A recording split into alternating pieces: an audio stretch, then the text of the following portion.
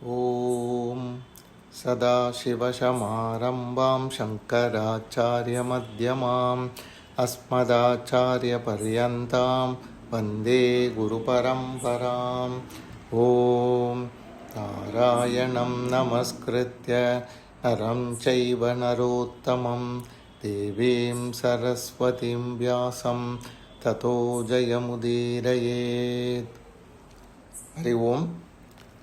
போன கதையில் நம்ம நாகராஜாவாகிய வாசு அவருடைய மருமானான ஆஸ்திகரை கூப்பிட்டு எப்படியாவது இந்த ஜனமேஜயருடைய யாகத்தை நிறுத்தணும், உடனடியாக செய்யுங்கோ, எங்களுக்கெல்லாம் ரொம்ப பயமாக இருக்குது, எங்கள் உடம்பெல்லாம் நடுங்கிறது, அந்த யாகத்தில் ஏற்கனவே நிறையா பாம்புகள்லாம் அந்த அக்னியில் விழுந்து பொசுங்கிடுது அப்படின்னு சொல்கிறார்.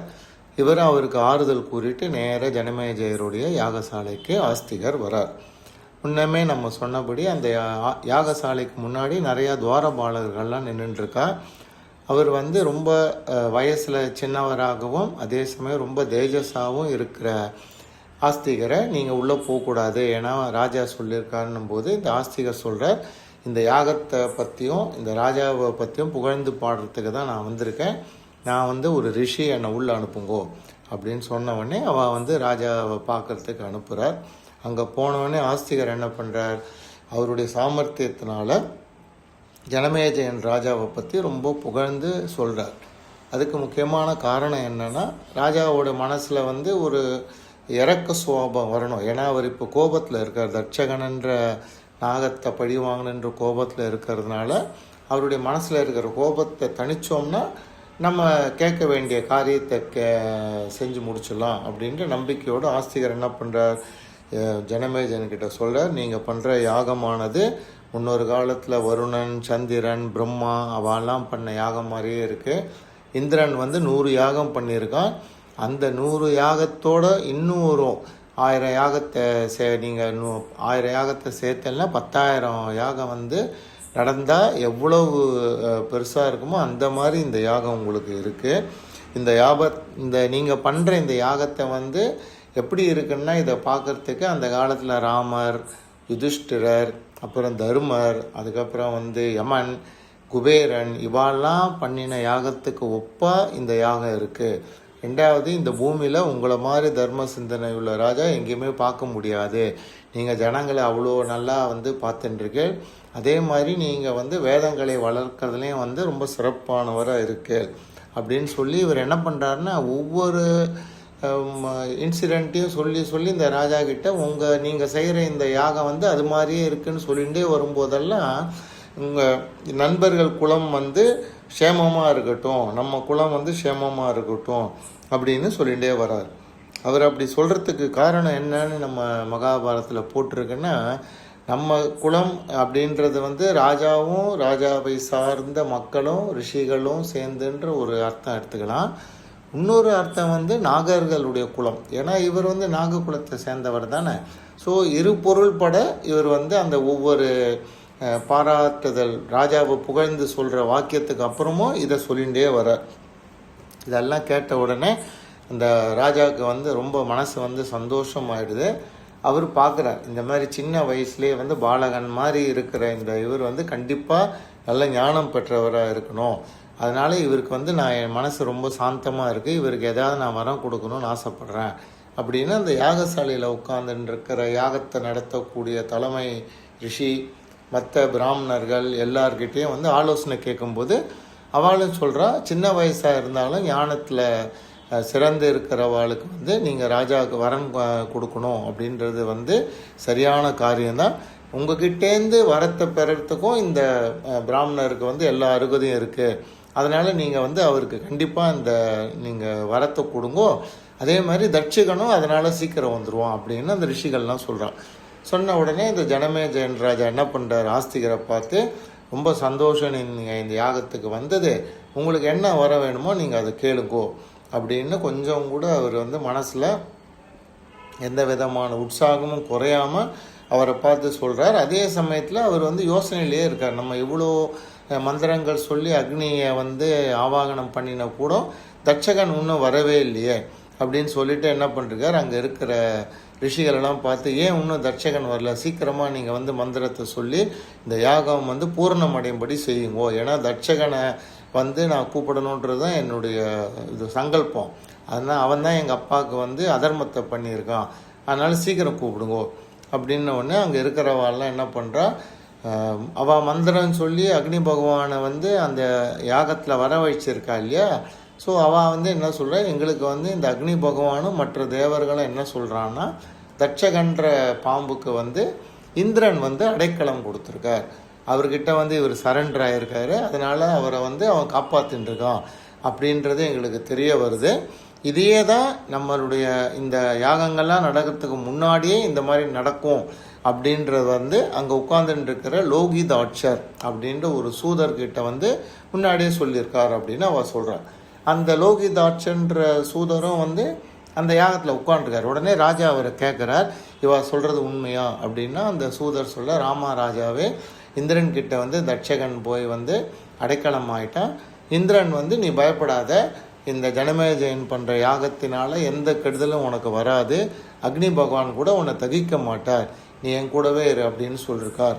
அப்படின்ன உடனே இந்த ராஜா என்ன பண்ணுறார், அப்படின்னா நீங்கள் அந்த இந்திரனையும் சேர்த்து இந்த யாகத்தில் வந்து விழ வச்சுடுங்கோ அப்படின்னு சொல்லி அதுக்கு ஏற்ற மாதிரி நீங்கள் நிறையா மந்திரத்தை இன்னும் ரொம்ப ஸ்ட்ராங்காக நீங்கள் மந்திரம் சொல்லி யாகத்தை பண்ணுங்கோ, அப்போ தான் அந்த தட்சகன் வருவான் அப்படின்னோடனே இவ என்ன பண்ணுறாங்க, உட்காந்துக்கிற ரிஷிகள்லாம் இன்னும் ஸ்ட்ராங்காக மந்திரத்தை சொல்லி அக்னி பகவானுக்கு நிறைய ஆகுதியெல்லாம் கொடுக்குறா.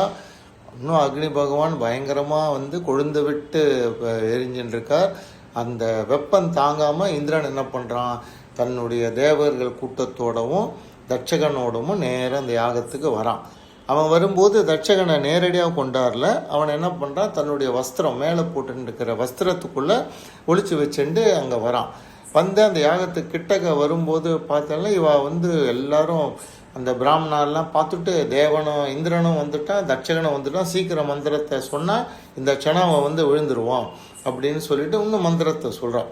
அதை பார்த்த உடனே இந்திரனுக்கு வந்து பயம் வந்துடுது, நம்மளையும் இந்த யாகத்தில் வந்து போட்டு பொசிக்கிட போகிறா அப்படின்னு சொல்லிட்டு கடகடன்னு என்ன பண்ணுறான், அந்த இடத்த விட்டு வேகமாக போயிடறான்.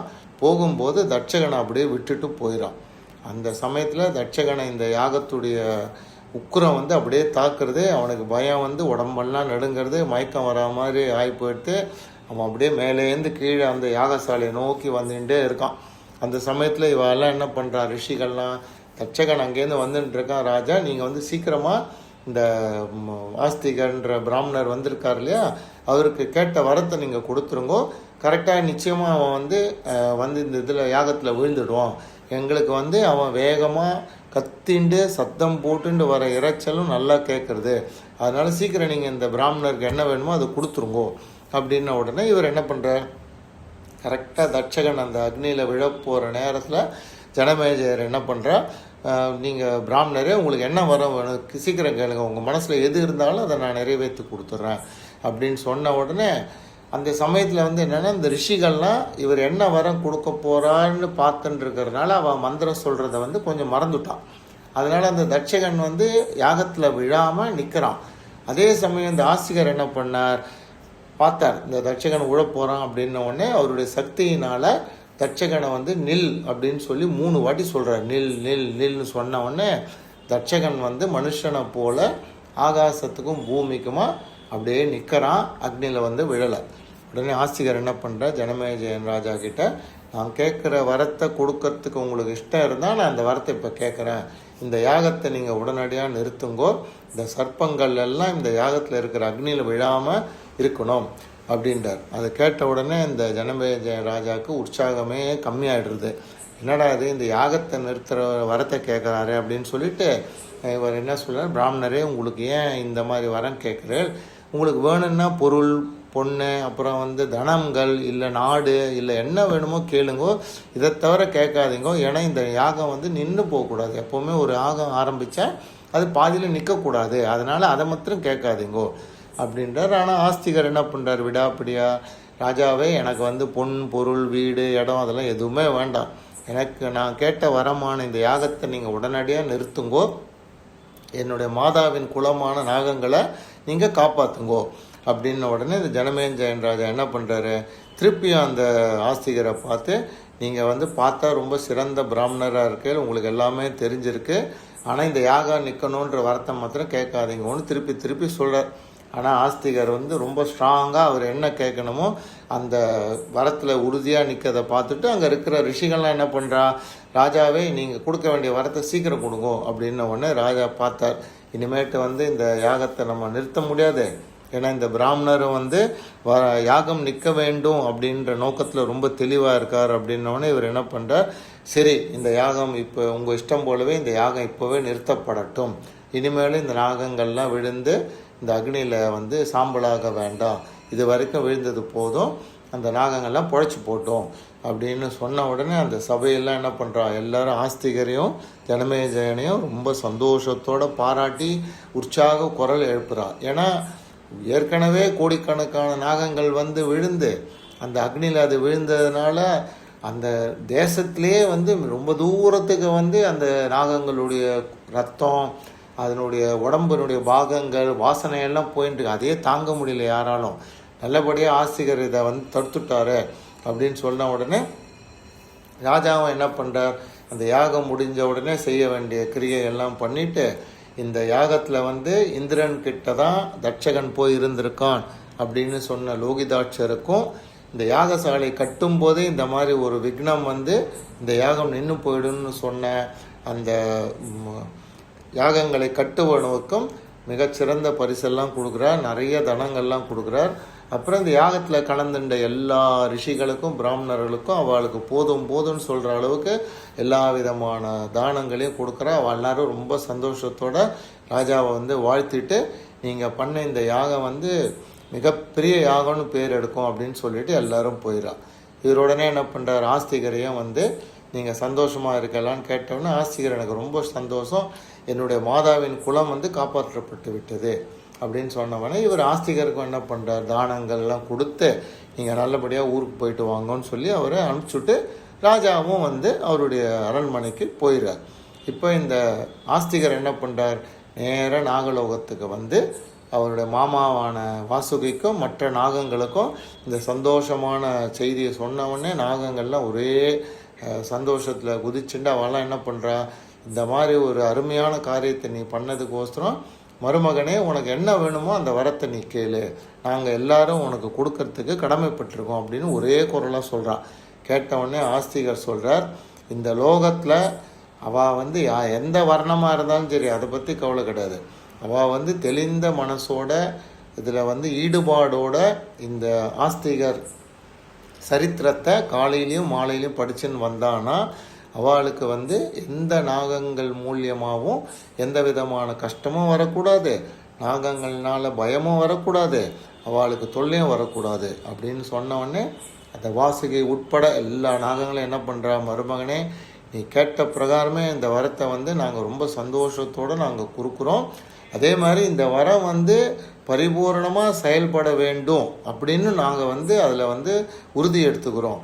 இனி ஆஸ்திகருடைய சரித்திரத்தை யார் கேட்டாலும், அதாவது ஜரத்காரு என்ற முனிவருக்கும் ஜரத்காரு என்ற வாசுகியின் தங்கைக்கும் பிறந்த ஆஸ்திகரால் ஜனமேஜயனால் செய்யப்பட்ட சர்ப்ப சத்திர யாகத்தில் விழ இருந்த நாகங்களை காப்பாற்றி அந்த யாகத்தையும் நிறுத்திய ஆஸ்திகருடைய கதையை எவன் கேட்பானோ எவன் சொல்லுவானோ அவனுக்கும் அவனுடைய சந்ததிகளுக்கும் இந்த நாகங்களால் எந்த விதமான தீமையும் ஏற்படாது.